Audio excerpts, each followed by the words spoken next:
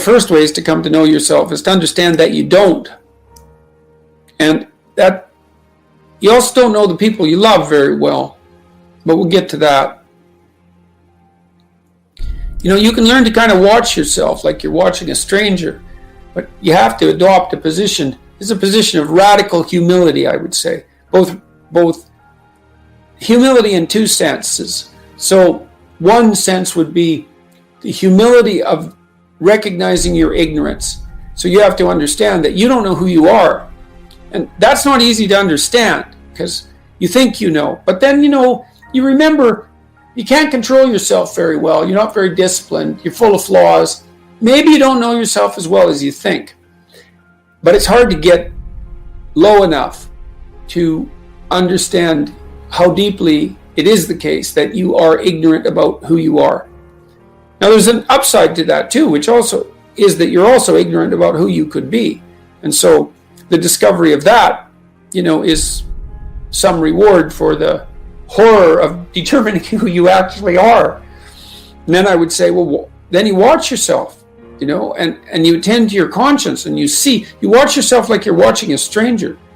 You watch what you say and you listen.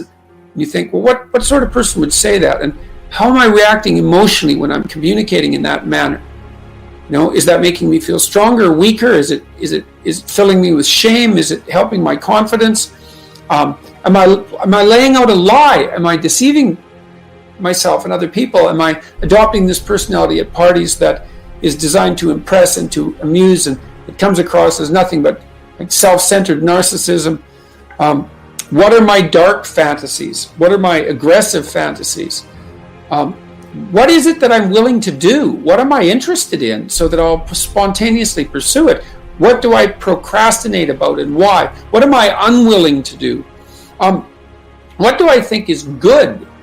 What do I congratulate myself for accomplishing? And what do I berate myself for failing to confront and to implement?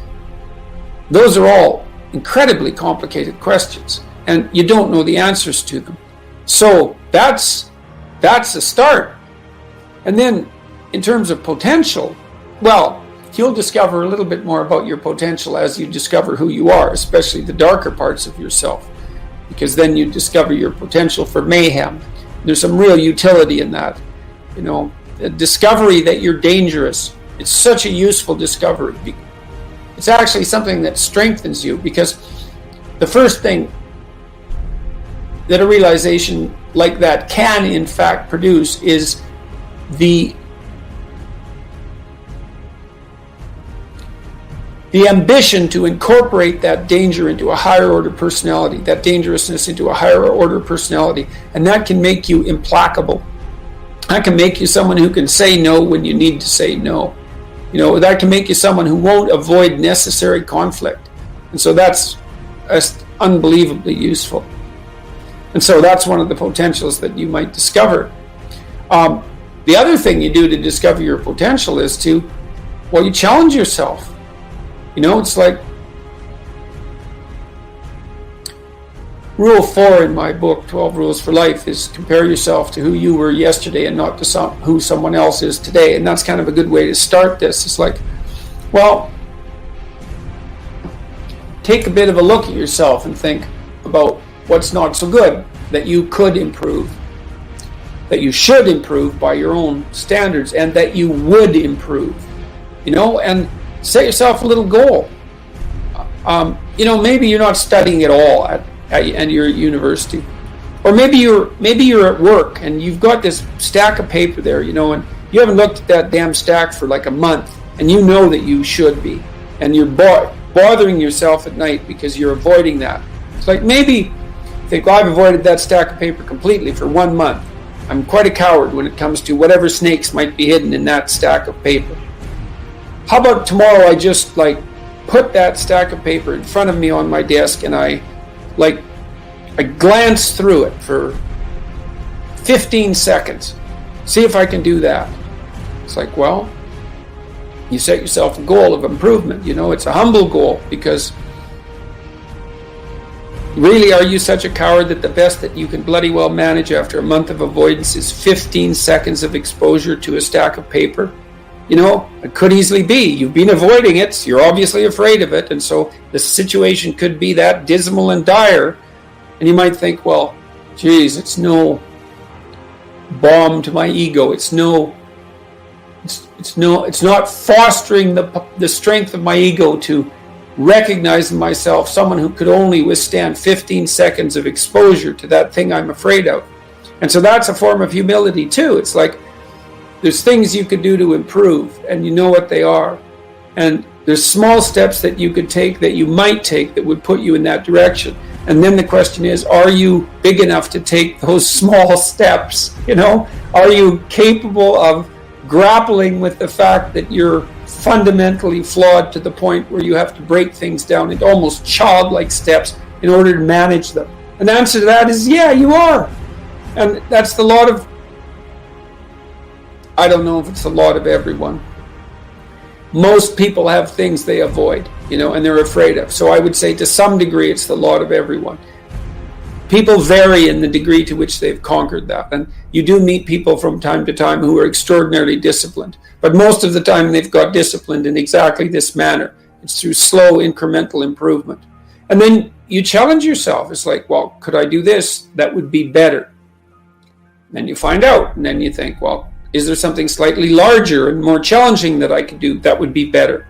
And you try it and you find out. And as you try it and you find out, generally you get better at it and you can take on larger and larger challenges. That's why I suggested, again in 12 Rules for Life and also in Maps of Meaning, is that, you take responsibility for yourself. That's part of standing up straight with your shoulders back. It's like, take on the world, man, but only in the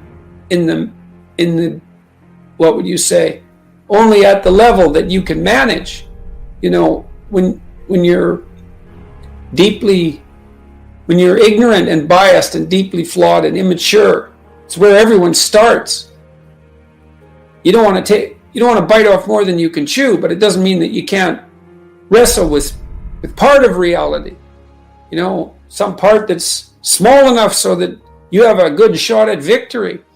And then you attain victory over some small part of the chaos. And then you're the person who's victorious over chaos.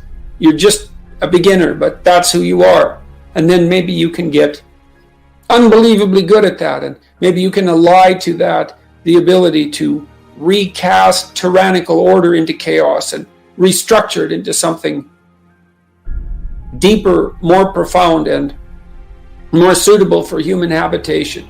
That's the other half of the hero myth, right? Half is to overcome chaos itself, and half is to confront tyranny where it needs to be confronted, to allow the chaotic degeneration, can allow the chaos to emerge in place of the tyranny, and then can recast that into the order that's proper. And you do that by challenging yourself humbly at the level that you're able to function. That's right. And you can think of it, it's easier to understand if you think about a child that you're trying to rear properly, and you want to make that child, help that child reveal their highest potential, whatever that is, whatever that means. And what you do is you don't set them a series of impossible tasks in the hope of undermining their self-confidence.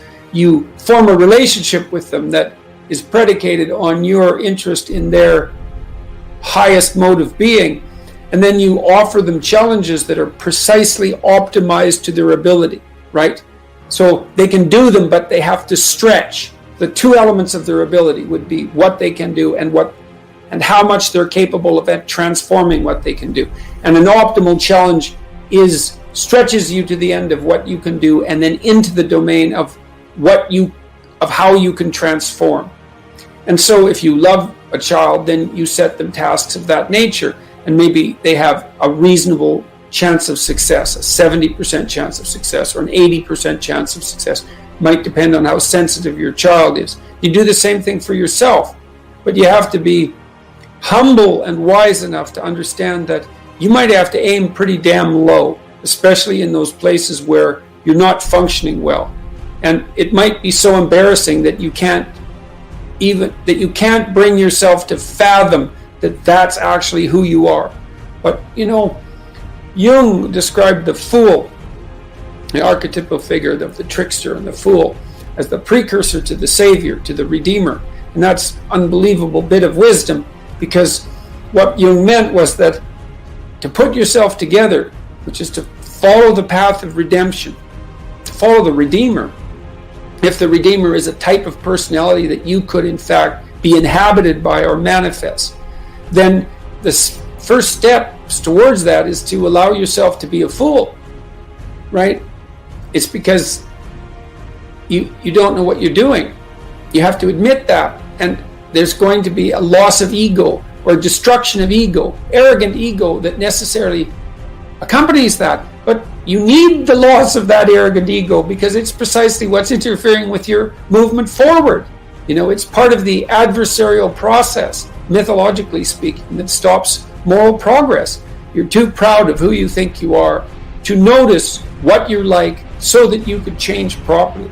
You don't want to sacrifice that part of yourself. It's probably associated with some delusion that helps you maintain, what would you say, a positive, although very fragile self-image, in the absence of genuine effort. It's not to be recommended.